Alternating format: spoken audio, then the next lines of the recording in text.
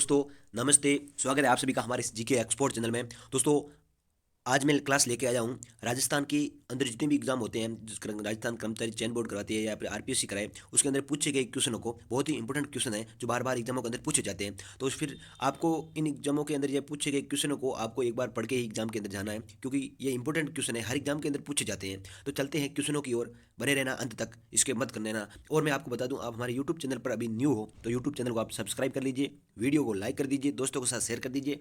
देखो, हमारे राजस्थान के लिए सर्वप्रथम राजपूताना शब्द का प्रयोग है दोस्तों, वो जॉर्ज थॉमस के द्वारा किया गया था। और किस सभ्यता स्थल को ताम्र सभ्यताओं की जननी माना जाता है दोस्तों? गणेश्वर सभ्यता को ताम्र नगरी कहा जाता है, वो ताम्र जननी माना जाता है गणेश्वर सभ्यता को। दोस्तों, बहुत ही इंपॉर्टेंट क्वेश्चन रहने वाले हैं, तो आप बिल्कुल क्लास को स्किप मत कर देना और बने रहना अंत तक, और दोस्तों के साथ शेयर कर देना। वीडियो को लाइक करने से आपको कोई नुकसान नहीं पहुंचता है, प्लीज़ वीडियो को आप लाइक कर दीजिए और बढ़ते रहना अंत तक। आहड़ सभ्यता स्थल के संबंध में कौन सा विकल्प सत्य है दोस्तों? सर्वप्रथम 1953 में अक्षय कीर्ति व्यास के निर्देशन में उत्खनन कार्य करवाया गया, बिल्कुल करवाया गया। और इस सभ्यता के लोग मकान बनाने में धूप में पकाई गई ईंटों का प्रयोग करते थे। सही है, बिल्कुल। और आहड़ का दूसरा ताम्र नगरी भी कहा जाता था, ताम्रवर्ती नगरी भी मिलता है आहड़ का दूसरा नाम। तो ये तीनों भी ऑप्शन सही है, इसलिए उपयुक्त सभी। और चंद्र बरदाई ने अपने ग्रंथ पृथ्वीराज रासो में राजपूतानों की उत्पत्ति किससे बताई है दोस्तों? चंद्र बरदाई ने अपने ग्रंथ के अंदर अग्निकुंड से बताई है। अग्निकुंड से ताम्र उत्पत्ति बनाई गई है इसकी, पृथ्वीराज रासो के राजपूतानों की उत्पत्ति। और निम्नलिखित में से बप्पा रावल की राजधानी थी, वो दोस्तों नागदा थी। नागदा बप्पा रावल की राजधानी थी। गुहिल वंश के किस शासक को मेवाड़ के उदारक की संज्ञा दी जाती है दोस्तों? गुहिल वंश के मेवाड़ के उदारक हैं वो हमीर। हमीर को उदारक की संज्ञा दी गई है। गुहिल वंश के ये शासक है हमीर, उनको संज्ञा दी गई है उदारक।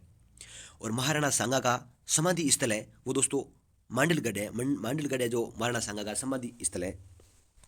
और मेवाड़ मुगल संधि कब हुई थी? मेवाड़ मुगल संधि दोस्तों 1615 ईस्वी में हुई थी। दोस्तों, ये एग्जाम के अंदर पूछे गए क्वेश्चन है, मैं आपको और बता दूं, और ये पूछे जाने की पूरी संभावना रहती है हर एग्जाम के अंदर। इस मैं आज की ये क्लास ले रहा हूँ, इसमें से आपके 2 से 3 क्वेश्चन तो हर एग्जाम के अंदर पूछे जाते हैं, ऐसा हो ही नहीं सकता, क्योंकि ये बहुत ही सरल और हर एग्जाम के अंदर पूछे जाते हैं। इसलिए मैं इस इंपॉर्टेंट बना करके क्वेश्चन को आप सभी के समक्ष लेके आया हूँ। तो बिल्कुल आपको इस क्लास को स्किप नहीं करना है। और 1 लाइन क्वेश्चन है, इतना कोई टाइम नहीं लगता है, मैं आंसर बता करके आगे बढ़ जाता हूँ। तो फिर न तो कोई टाइम लगता है और आपको अंत तक देखना है क्लास को और दोस्तों के साथ शेयर करना है। 7वीं शताब्दी के मध्य में 12वीं शताब्दी की समाप्ति तक के समय को राजपूत युग किसने कहा था? तो दोस्तों, 7वीं से 12वीं शताब्दी के समाप्ति तक राजपूताना युग का था, वो दोस्तों स्मिथ ने कहा था। निम्नलिखित में से कुंभा को मेवाड़ के 84 में से 32 दुर्गों का निर्माता मानते हैं? ये दोस्तों कविराज श्यामल दास कहा गया है, और उसमें बताया है कि कुंभा है जो मेवाड़ के, उसने 84 में से 32 दुर्गों का निर्माता है कुंभा। निम्नलिखित में से कौन सी उपाधि महाराणा कुंभा से संबंधित नहीं है दोस्तों?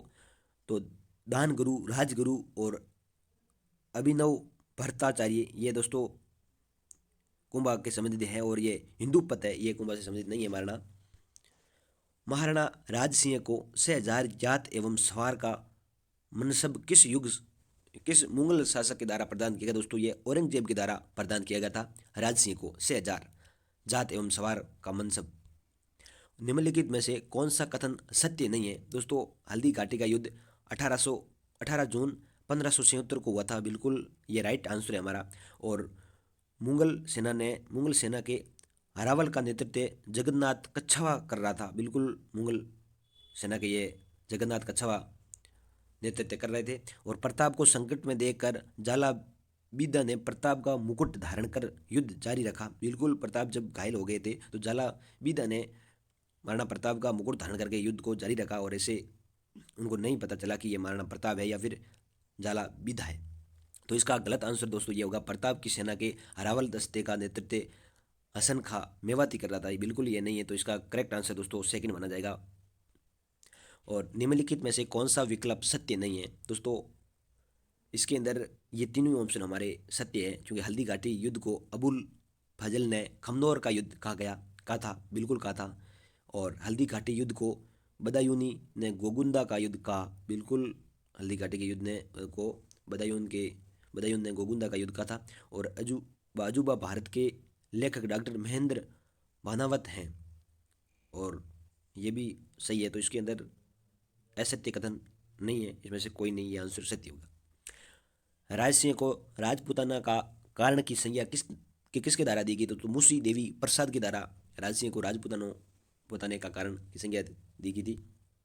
किस युद्ध को मेवाड़ का मैराथन कहा गया, दोस्तों हल्दी घाटी के युद्ध को मेवाड़ का मैराथन कहा गया।